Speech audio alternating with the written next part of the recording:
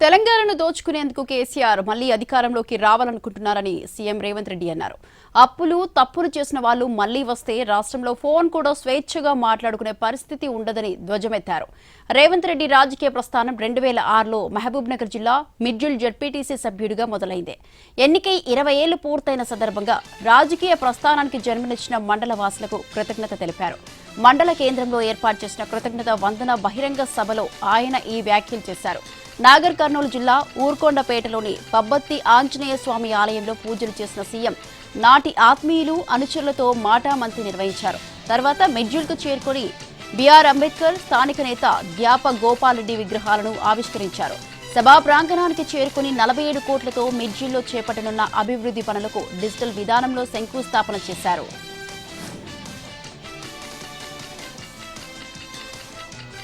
BRS ప్రభుత్వం చేసిన మొత్తం అప్పు విషయంలో డిప్యూటీ సీఎం భట్టి చెప్పిన మాటలు అవాస్తవమని మాజీ మంత్రి హరీష్ రావు అన్నారు. కాంగ్రెస్ చేసిన 15,000 కోట్ల అప్పును కూడా బీఆర్ఎస్ ఖాతాలో చూపారని విమర్శించారు. రంకెలు వేసినంత మాత్రాన అంకెలు మారిపోవంటూ ఘాటుగా స్పందించారు.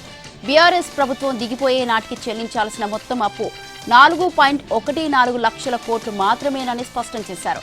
కళ్యాణ లక్ష్మి, కేసీఆర్ కిట్ వంటి పథకాలను కేసీఆర్ అమలు చేశారని, నిధులు లేవని కేసీఆర్ ఏనాడు సంక్షేమ పథకాలను ఆపలేదని గుర్తు చేశారు హరీష్ రావు.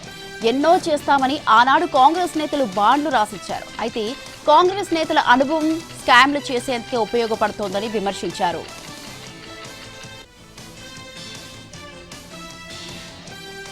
నిజామాబాద్ జిల్లా ఇందల్వాయి మండలంలో మంత్రి సీతక్క పర్యటించారు. తీర్మాన్పల్లిలో 5 కోట్లతో నూతనంగా నిర్మించిన రెసిడెన్షియల్ బాలికల జూనియర్ కళాశాలను స్థానిక ఎమ్మెల్యే భూపతి రెడ్డి కలిసి మంత్రి ప్రారంభించారు. రాష్ట్రంలో వానలు విస్తారంగా కురవడంతో చాలా సంతోషంగా ఉందన్న మంత్రి పాడి పంటలతో తెలంగాణ సుభిక్షంగా ఉండాలని పేర్కొన్నారు. బీఆర్ఎస్ 10 ఏళ్ల పాలనలో విద్యారంగాన్ని పూర్తిగా విస్మరించిందని విమర్శించారు. అంతేకాకుండా బీఆర్ఎస్ నేతలు అధికారం పోయిందనే అక్కస్తోనే ప్రభుత్వంపై దుష్ప్రచారాలు చేస్తోందని మండిపడ్డారు. కేటీఆర్ పేదలకు సన్నబియ్యం ఇస్తే రాష్ట్రాన్ని అమ్ముకోవాలని అన్నాడని, అయితే కాంగ్రెస్ ప్రభుత్వం సన్నబియ్యం ఇస్తూ పేదలకు కడుపు నింపుతోందని మంత్రి సీతక్క చెప్పారు.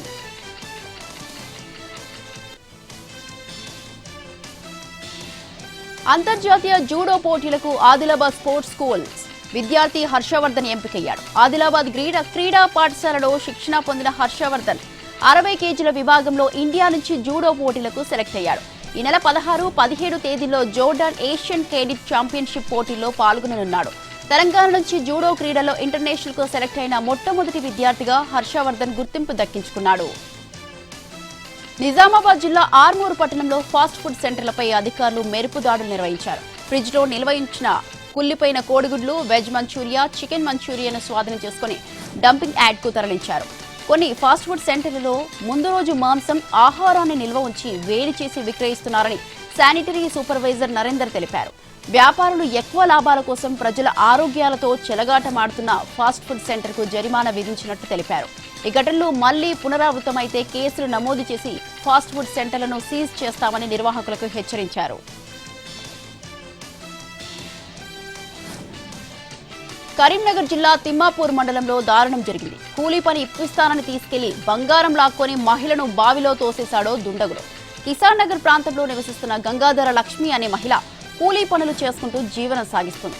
పని ఉందని లక్ష్మితో ఒప్పందం చేసుకున్న ఓ దుండగుడు ఆమెను నూసుల్తాన్పూర్ గ్రామ శివారుకు తీసుకెళ్లి అరతులం బంగారం, 4,000 నగదు లాక్కొని బావిలో తోసేశాడు. రాత్రి అవుతున్నా తల్లి ఇంటికి రాకపోవడంతో బాధితురాలి కొడుకు సందీప్ పోలీసులకు ఫిర్యాదు చేశాడు. బావిలో ఈదుకుంటూ మోటార్కున్న పైపును పట్టుకొని తన ప్రాణాలు కాపాడుకుంది లక్ష్మి.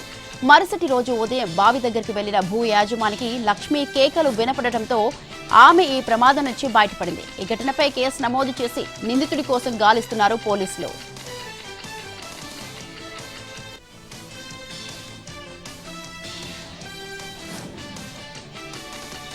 జగిత్యాల జిల్లా ధర్మపురి పట్టణంలో చోరీ కేసును ఛేదించారు పోలీసులు.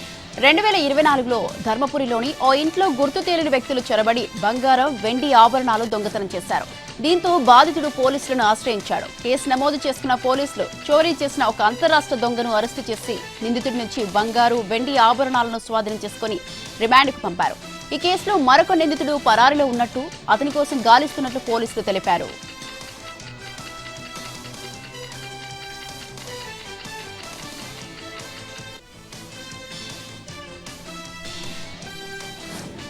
వైఎస్ జగన్ తో పాటు వైసీపీ నాయకుల మీద ప్రభుత్వం వ్యక్తిగత దూషణలకే పరిమితం అవుతోందని మండిపడ్డారు.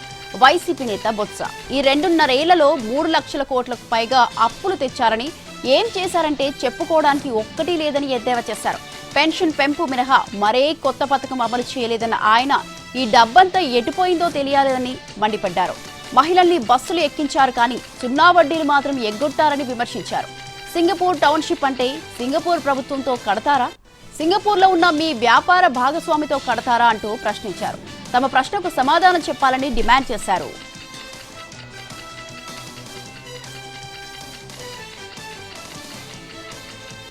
జగన్ను, ఆయన కుటుంబాన్ని దూషించి చంద్రబాబు లబ్ధి పొందాలని చూస్తున్నారని అంబటి రాంబాబు ఫైర్ అయ్యారు. కనీసం వాళ్ళ తల్లిదండ్రులకు ఏనాడైనా గౌరవం ఇచ్చారా అని ప్రశ్నించారు. ఉన్న 2 సోదరులకు ఒక చీర అయినా పెట్టారా అని క్వశ్చన్ చేశారు. చంద్రబాబు ఎక్కడికి వెళ్లినా జగన్పై చౌకబారు విమర్శలు చేస్తున్నారని మండిపడ్డారు.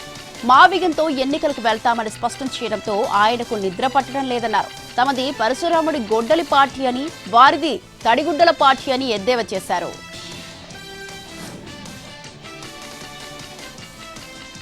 కడప స్టీల్ ప్లాంట్ పై వైసీపీ ఎంపీ అవినాష్ వ్యాఖ్యలు హాస్యాస్పదమన్నారు BJP MLA Adinarayana Reddy. YCP హయాంలో 2 సార్లు శంకుస్థాపన జరిగినా పనులేమీ జరగలేదని చెప్పారు. ఎన్డీఏ ప్రభుత్వానిదే స్టీల్ ప్లాంట్ క్రెడిట్ అని వ్యాఖ్యానించారు. క్రెడిట్ చోరు ఎన్డీఏ ప్రభుత్వానిది కాదు, వైసీపీదేనని కౌంటర్ ఇచ్చారు.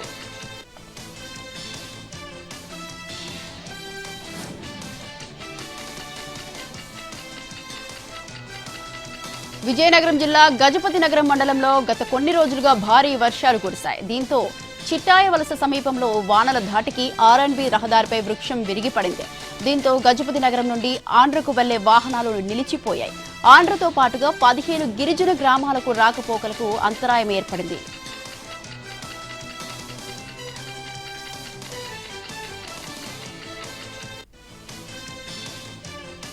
అల్పపీడనం ప్రభావంతో బంగాళాఖాతంలో ప్రతికూల వాతావరణం ఏర్పడింది. దీంతో సముద్రంలో కొంతవరకు అల్లకల్లోలంగా ఉండటంతో కొందరు జాలర్లు గల్లంతు కావడం కలకలం రేపుతోంది. ఈ నెల 1న తెల్లవారుజామున 3 గంటలకు వైజాగ్ షిప్పింగ్ హార్బర్ నుంచి INDAP MM B583 బోట్లో 7 మత్స్యకారులు వేటకు వెళ్లారు. వేట పూర్తి చేసుకుని నిన్న మధ్యాహ్నం తిరుగు ప్రయాణమయ్యారు. అయితే వారి వద్ద ఉన్న 6 సెల్ ఫోన్లు స్విచ్ ఆఫ్ కావడంతో కుటుంబ సభ్యులు ఆందోళన చెందుతున్నారు. గల్లంతైన 7 మత్స్యకారులు 6 విజయనగరం జిల్లా భోగాపురం మండలం ముక్కాం గ్రామానికి చెందినవారు. మరొకరు విశాఖ జిల్లా భీమిలి మండలం పేదనాగమయ్య పాలెంకు చెందిన మత్స్యకారుడు. అయితే తాజాగా అల్పపీడనం కొనసాగుతుండటంతో వీరు ప్రయాణిస్తున్న బోటు ఏదైనా ప్రమాదానికి గురైందా అని భయపడుతున్నారు మత్స్యకారుల కుటుంబాలు. మొత్తం సెల్ ఫోన్లన్నీ స్విచ్ ఆఫ్ కావడంతో అనుమానాలు వ్యక్తమవుతున్నాయి.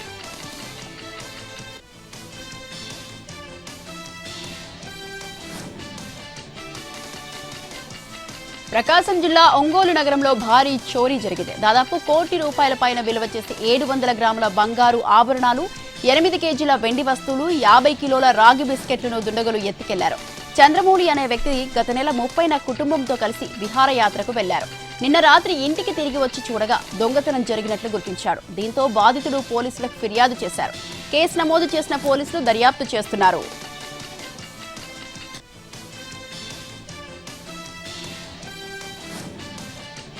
తూర్పు గోదావరి జిల్లా రాజానగరం మండలం కొంతమూరు వద్ద పోలీసులు భారీగా గంజాయిని స్వాధీనం చేసుకున్నారు. సుమారు 15 లక్షల విలువైన 120 కిలోల డ్రై గంజాయితో మహారాష్ట్రకు చెందిన 4 అంతర్రాష్ట్ర స్మగ్లర్లను అరెస్టు చేశారు. నిందితుల నుంచి 2 కార్లు, 6 మొబైల్ ఫోన్లను పోలీసులు స్వాధీనం చేసుకున్నారు. ఈ కేసులో గోకవరంలో గంజాయి నిల్వ, రవాణాకు సహకరించిన సోనో విజన్ రాజు, నాగేష్ అనే 2 వ్యక్తులు పరారీలో ఉన్నట్లు పోలీసులు తెలిపారు. గోకవరం నుంచి మహారాష్ట్రకు గంజాయిని తరలిస్తున్న సమయంలో అందిన పక్కా సమాచారంతో రాజానగరం పోలీసులు వాహనాలను అడ్డగించి స్మగ్లర్లను పట్టుకున్నారు.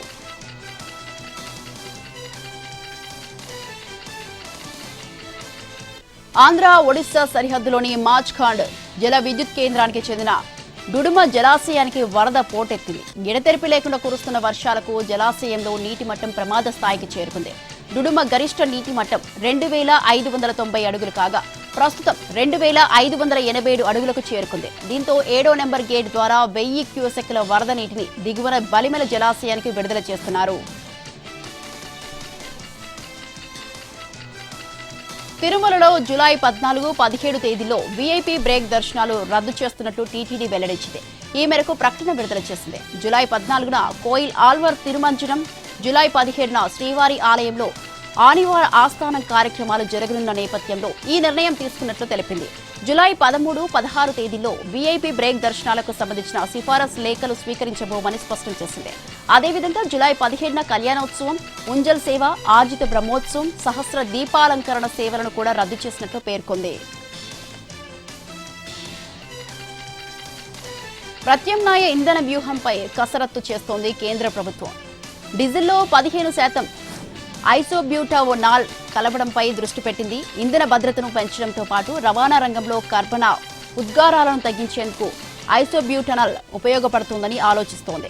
డీజిల్తో ఇథనాల్ను నేరుగా కలపడం సాధ్యం కాదన్న రవాణా శాఖ మంత్రి నితిన్ గడ్కరీ, అందుకే ఇథనాల్ నుంచి ఐసోబ్యూటానోల్ తయారీకి కృషి చేస్తున్నామని తెలిపారు.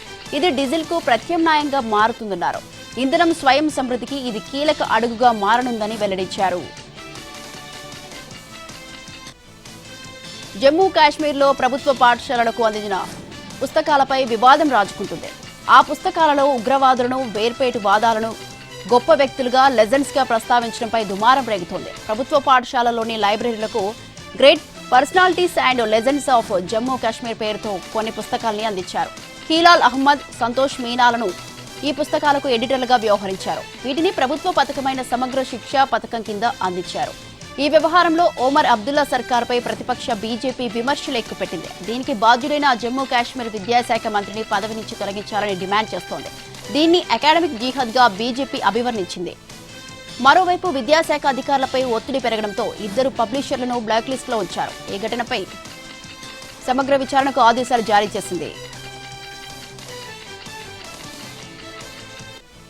పశ్చిమాసియా యుద్ధం కారణంగా తలెత్తిన శతాబ్దపు అతిపెద్ద ఇంధన సంక్షోభాన్ని భారత్ విజయవంతంగా అధిగమించిందని ప్రకటించారు ప్రధాని మోడీ. సరైన సమయంలో తీసుకున్న విధానపరమైన నిర్ణయాలు, వ్యూహాత్మక ప్రణాళికల వల్లే ఇది సాధ్యమైందని ఆయన స్పష్టం చేశారు. రాజస్థాన్లోని బలోత్రా జిల్లాలో ఒక భారీ ఆయిల్ రిఫైనరీ ప్రాజెక్టును ప్రారంభించిన అనంతరం నిర్వహించిన బహిరంగ సభలో ఈ వ్యాఖ్యలు చేశారు. ఇంధన సంక్షోభం తలెత్తిన సమయంలో వినియోగదారులపై ఆర్థిక భారం పడకుండా ప్రభుత్వ రంగ చమురు సంస్థలు 75,000 కోట్లకు పైగా నష్టాలను భరించినట్లు తెలిపారు. ప్రభుత్వం వారికి పూర్తి అండగా నిలిచిందని ప్రధాని వివరించారు. దౌత్యపరమైన చొరవతో మనకు ఇంధనం అందించే దేశాలను సంఖ్యను 25 నుంచి 40కి పెంచుకున్నామన్న ప్రధాని దీనివల్ల దేశంలో ఎక్కడా కొరత ఏర్పడకుండా చూడగలిగామని తెలిపారు. కొందరు ప్రతిపక్ష నేతలు ప్రజల్లో భయోందోళనలు సృష్టించే ప్రయత్నం చేసినప్పటికీ ప్రభుత్వం తెర వెనుక చేసిన కృషి చారిత్రాత్మకమని వ్యాఖ్యానించారు. పశ్చిమ బెంగాల్లో తీవ్ర అంతర్గత సంక్షోభాన్ని ఎదుర్కొంటున్న టీఎంసీపై పట్టు సాధించేందుకు మమతా బెనర్జీ కీలక నిర్ణయం తీసుకున్నారు. పార్టీ రాష్ట్ర అధ్యక్ష బాధ్యతలను స్వయంగా చేపడుతున్నట్టు ఆమె ప్రకటించారు. అంతకుముందే రాష్ట్ర అధ్యక్షురాలిగా ఉన్న చంద్రికా భట్టాచార్య తన పదవితో పాటు పార్టీలోని అన్ని బాధ్యతలకు రాజీనామా చేశారు. పార్టీ బ్యాంక్ ఖాతాల నిర్వహణ, కేంద్ర ఎన్నికల సంఘం వద్ద పార్టీ ప్రతినిధిగా వ్యవహరించే బాధ్యతల నుంచి కూడా చంద్రికా భట్టాచార్య తప్పుకున్నారు. అయితే ఈ రాజీనామా అనంతరం ఆమె తిరుగుబాటు వర్గం నేత రితబ్రత బెనర్జీతో సమావేశమైనట్లు సమాచారం. చంద్రికా రాజీనామా మమతా బెనర్జీ మాట్లాడుతూ కొత్త అధ్యక్షుడిని నియమించడం లేదని, తానే ఆ బాధ్యతలను నిర్వర్తిస్తానని స్పష్టం చేశారు. ఈపీఎఫ్ఓ తన సేవలను ఆధునీకరించే ప్రక్రియలో భాగంగా కీలక మార్పులు చేసింది. సిస్టమ్ అప్గ్రేడ్ తర్వాత సరికొత్త యూనిఫైడ్ మెంబర్ పోర్టల్ను అందుబాటులోకి తెచ్చింది. ఈ మార్పుల వల్ల పీఎఫ్ ఖాతాదారులకు వేగవంతమైన, మరింత సురక్షితమైన సేవలు అందించాలని లక్ష్యంగా పెట్టుకుంది. అయితే ఇప్పటి వరకు ఈపీఎఫ్ఓ వెబ్సైట్లో అందుబాటులో ఉన్న కొన్ని ముఖ్యమైన సేవలను ప్రభుత్వానికి చెందిన ఉమాంగ్ యాప్కు బదిలీ చేసింది. ముఖ్యంగా యూఏఎన్ యాక్టివేషన్, కొత్త యూఏఎన్ జనరేషన్ వంటివి ఇకపై ఉమాంగ్ యాప్లో అందుబాటులో ఉంటాయి. వీటికి ఆధార్ ఆధారిత ఫేస్ అథెంటిఫికేషన్ తప్పనిసరి చేసింది.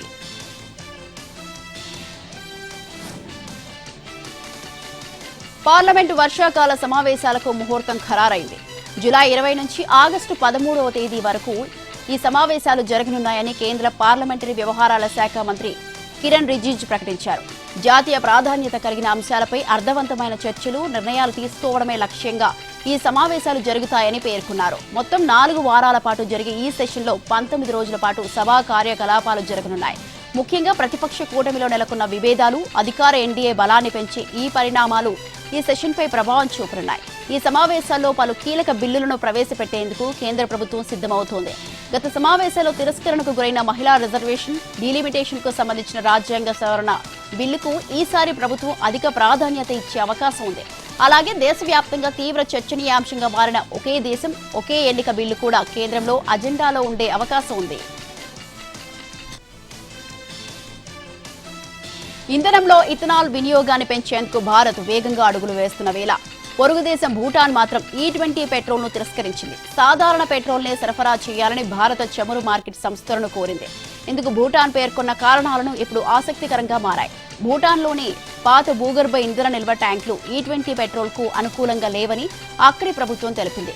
ఇథనాల్ తేమను సులభంగా పీల్చుకునే గుణం కలిగి ఉండటంతో ట్యాంక్లోకి నీరు చేరితే ఇంధనం కలుషితమయ్యే ప్రమాదం ఉందని వివరించింది.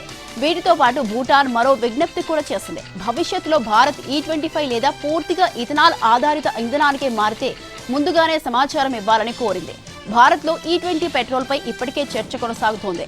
2023కు ముందు తయారైన కొన్ని పెట్రోల్ వాహనాల యాజమాన్లు మైలేజీ తగ్గడం, నిర్వహణ ఖర్చులు పెరగడం వంటి సమస్యలను ప్రస్తావిస్తున్నారు.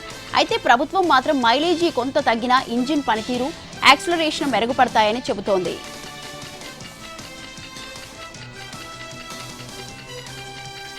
కర్ణాటకలో కొనసాగుతున్న సర్ ప్రక్రియ అర్ధరహితమని, దీనిని తక్షణమే రద్దు చేయాలని డిమాండ్ చేశారు కేంద్ర మంత్రి కుమారస్వామి. ఇప్పటి వరకు జరిగిన ఈ సవరణ ప్రక్రియకు ఎటువంటి ప్రాతిపదిక లేదన్నారు. దీనిని పూర్తిగా రద్దు చేయాలన్నదే తమ ప్రధాన డిమాండ్ అని కుమారస్వామి స్పష్టం చేశారు. ఈ వ్యవహారంపై రాష్ట్ర ఎన్నికల అధికారులు ఇప్పటికే కేంద్ర ఎన్నికల సంఘానికి నివేదిక సమర్పించారని, వారి ఆదేశాల కోసం నిరీక్షిస్తున్నామని తెలిపారు. ఓటర్ల జాబితాలో జరుగుతున్న అక్రమాలపై పూర్తి వివరాలతో రేపు ఢిల్లీ వెళ్లి కేంద్ర ఎన్నికల సంఘాన్ని కలుస్తానని ఆయన అన్నారు. ప్రస్తుత ప్రక్రియను నిలిపివేసి పారదర్శకంగా పునఃసవరణ చేపట్టాలని కోరనున్నట్లు వెల్లడించారు. రీసెంట్ గా బీజేపీ నేతలు కూడా ఓటర్ల జాబితా సవరణలో అక్రమాలు జరుగుతున్నాయని ఆరోపిస్తున్న నేపథ్యంలో కుమారస్వామి వ్యాఖ్యలు రాజకీయ ప్రాధాన్యం సంతరించుకున్నాయి. ఐఎండీ ముంబై నగరానికి రెడ్ అలర్ట్ జారీ చేయడంతో బీఎంసీ అప్రమత్తమైంది. అత్యవసర పరిస్థితుల్లో తప్ప ప్రజలు ఎవరూ ఇళ్ల నుంచి బయటకు రావద్దని బీఎంసీ విజ్ఞప్తి చేసింది. కొన్ని రోజులుగా ముంబై నగరాన్ని వానలు ముంచెత్తుతున్నాయి. ముంబైతో పాటు తానే, పాల్ఘర్, రాయ్గఢ్ జిల్లాలో జూలై 4 నుంచి 6 వరకు ఈ రెడ్ అలర్ట్ అమల్లో ఉందని ఐఎండీ స్పష్టం చేసింది. గంటకు 60 కిలోమీటర్ల వేగంతో బలమైన గాలులు వీస్తూ అత్యంత భారీ వర్షాలు కురిసే అవకాశం ఉందని పేర్కొంది. పూణేలో యువ రియల్టర్ కేతన్ అగర్వాల్ హత్య కేసులో కీలక ట్విస్ట్ చోటు చేసుకుంది. ఈ కేసులో మరిన్ని విషయాలు రాబట్టడానికి నిందితులకు పాలీగ్రాఫ్ టెస్ట్ ని నిర్వహించేందుకు అనుమతినివ్వాలని పోలీసులు కోర్టును కోరారు. దీనిపై న్యాయస్థానం నిందితులకు నోటీసులు ఇచ్చింది. అయితే లై డిటెక్టర్ టెస్ట్ కు సియా, చేతన్ అంగీకరించకపోవడంతో వారి సమ్మతి లేకుండా నిజ నిర్ధారణ పరీక్షను నిర్వహించవద్దని న్యాయస్థానం పోలీసులకు స్పష్టం చేసింది. నిందితులు స్వచ్ఛందంగా అంగీకరిస్తే తప్ప అటువంటి పరీక్షకు అనుమతి ఇవ్వలేమని కోర్టు పేర్కొంది. ఈ కేసులో సియా, చేతన్ కు 14 రోజుల పోలీస్ కస్టడీ విధించడంతో వారిని ఎరవాడ సెంట్రల్ జైలుకు తరలించారు పోలీసులు. ప్రధాని మోడీ ఆస్ట్రేలియా పర్యటనకు కొద్ది రోజుల ముందు ఆన్లైన్లో హత్య బెదిరింపు రావడం కలకలం రేపింది. ఈ ఘటనపై ఆస్ట్రేలియా ఫెడరల్ పోలీసులు కేసు నమోదు చేసి దర్యాప్తు ప్రారంభించారు. ఆసీస్ పర్యటనకు ముందు మోడీకి ఆన్లైన్లో అగంతకుడు బెదిరింపులకు దిగాడు. ఆస్ట్రేలియా వస్తే చంపేస్తామంటూ వార్నింగ్ ఇచ్చాడు. ఈ సందర్భంగా స్టేడియం రూఫ్ టాప్స్ క్లోజ్ చేసుకోవడం బెటర్ అంటూ సలహా ఇచ్చాడు. ఈ విషయం జూలై 3న ఆస్ట్రేలియా ఫెడరల్ పోలీసుల దృష్టికి వెళ్లింది. వెంటనే రంగంలోకి దిగిన దర్యాప్తు అధికారులు బెదిరింపు పోస్టు చేసిన ఖాతాకు సంబంధించిన ఐపీ అడ్రస్ ను గుర్తించినట్లు సమాచారం. అయితే దర్యాప్తు కొనసాగుతున్నందున ఈ విషయంపై పూర్తి వివరాలు వెల్లడించడానికి ఏఎఫ్పీ నిరాకరించింది. ఈ బెదిరింపు నేపథ్యంలో ఆస్ట్రేలియా భద్రతా ఏజెన్సీలు అప్రమత్తమయ్యాయి. ప్రధాని మోడీ పర్యటనకు పటిష్టమైన భద్రతా ఏర్పాట్లు చేస్తున్నారు అధికారులు.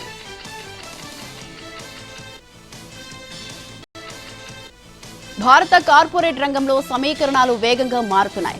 రిలయన్స్ ఇండస్ట్రీస్ లిమిటెడ్ మార్కెట్ విలువ దేశంలోని 5 అగ్రశ్రేణి ఐటీ కంపెనీల ఉమ్మడి మార్కెట్ విలువకు దాదాపు సమానంగా చేరింది.